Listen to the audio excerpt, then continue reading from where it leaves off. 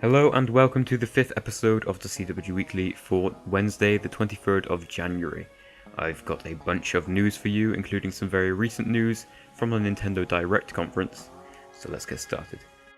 Sony have revealed the release date and released 2 new trailers for the previously announced DLC characters for the 4-player fighting game PlayStation AllStars Battle-Royale.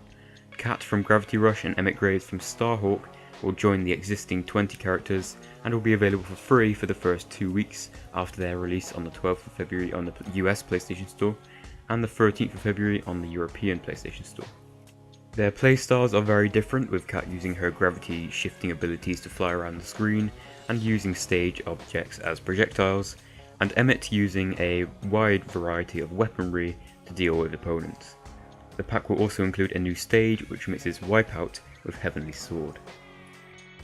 After last week's news of a Fallout 3 voice actor hinting a return to his role as Free Dog, an interesting trademark has been spotted, filed by Bethesda Softworks.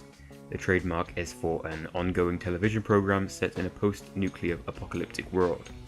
This suggests that Bethesda may be making a Fallout TV series, although nothing has yet been confirmed. Speculation suggests that the series may bridge the gap between Fallout 3 and the next game in the series, and that it may be a web series rather than a full TV series. When more information is known, I will be here with it. That's not the only news from Bethesda, however, as they have recently announced that the Skyrim DLC finally is coming to the PS3, and the PC will also get Dragonborn in February.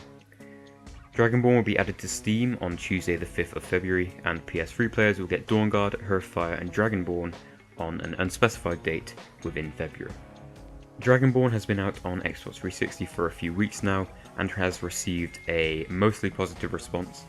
Due to difficulties with getting the content on PS3, however, Bethesda have not been able to release the DLC on PS3 before, and the add-ons will be launched with a 50% discount to compensate that. That will only last during their first week, however. A final bit of Bethesda news now, as the beta sign-up for The Elder Scrolls V Online, which is now being developed by ZeniMax Online Studios, has now launched, and you can find a link in the description if you fancy your chances at getting access. A date for the beta has not yet been announced. Moving on to some rather controversial news now, and you probably won't be surprised to hear that it's from EA.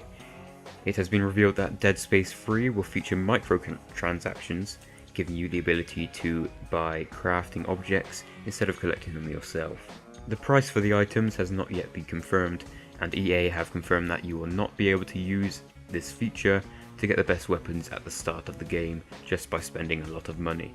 The option to buy materials will come up when you cannot afford to craft something due to a lack of materials. 2K Games and Gearbox Software have revealed several new DLC packs for Borderlands 2, which are available right now. The packs add new customization options, with each pack containing a head and a body for a specific character. There are a total of 15 packs available, that's 3 packs for each character, including the Necromancer. Each pack costs 80 Microsoft points, $1 US, 79 pence in UK, €1 or $1.75 in Australia, and no packs are included in the Season Pass. We're going to finish this episode with a plethora of Wii U news, hot off the press from today's Nintendo Direct conference. We'll start with the news that the Virtual Console will be coming to Wii U in spring. Given the amount of titles already on the Wii Virtual Console, it will take a while to port them over to the Wii U, and so the process might take a while.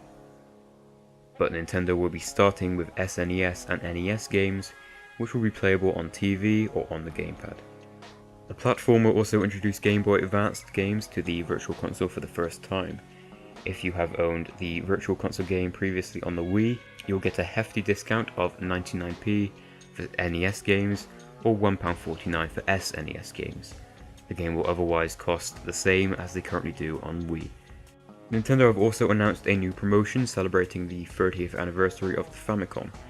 Each month until July, one game will be sold for the significantly reduced price of 30p, with the first game, Balloon Fight, starting this month.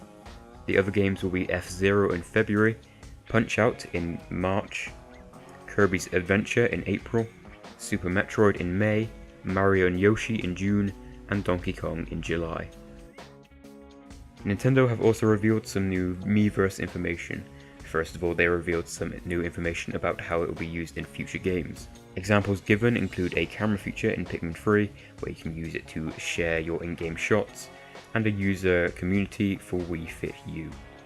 In a future Miiverse update, users will be able to create their own communities. There will also be filters and other usability improvements, and you will be able to browse the Miiverse via a smartphone.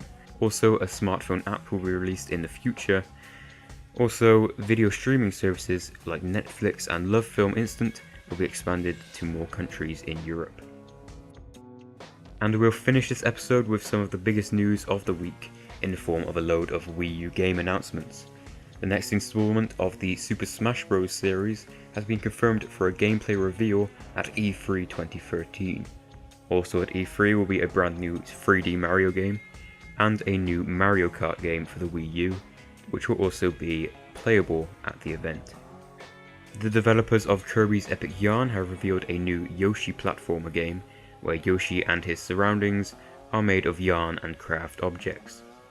Next up is a collaboration between Nintendo and Atlus to bring a mashup of the Fire Emblem series and the Shin-Megami Tensei series. A new Zelda game is currently in development for Wii U, but in the meantime, Nintendo are releasing a HD remake of The Wind Waker, which will be released by fall 2013. Along with updated graphics, The Wind Waker Reborn will also tone up the gameplay and allows you to play on the gamepad screen. Finally, a sequel to the Wii game Xenoblade has been announced, but it is currently known only as X. The game is looking very good, and you can see trailers for this and Fire Emblem, The Wonderful 101 and Bayonetta 2, along with the full Nintendo Direct conference via the links in the description. Unfortunately, due to a lack of details, I can't give you much more information on those games announced, but we will definitely see more of them in the upcoming months and at E3 2013. But that is all from me, so thanks for watching. Please like, favourite and subscribe for more like this, and I will see you next time.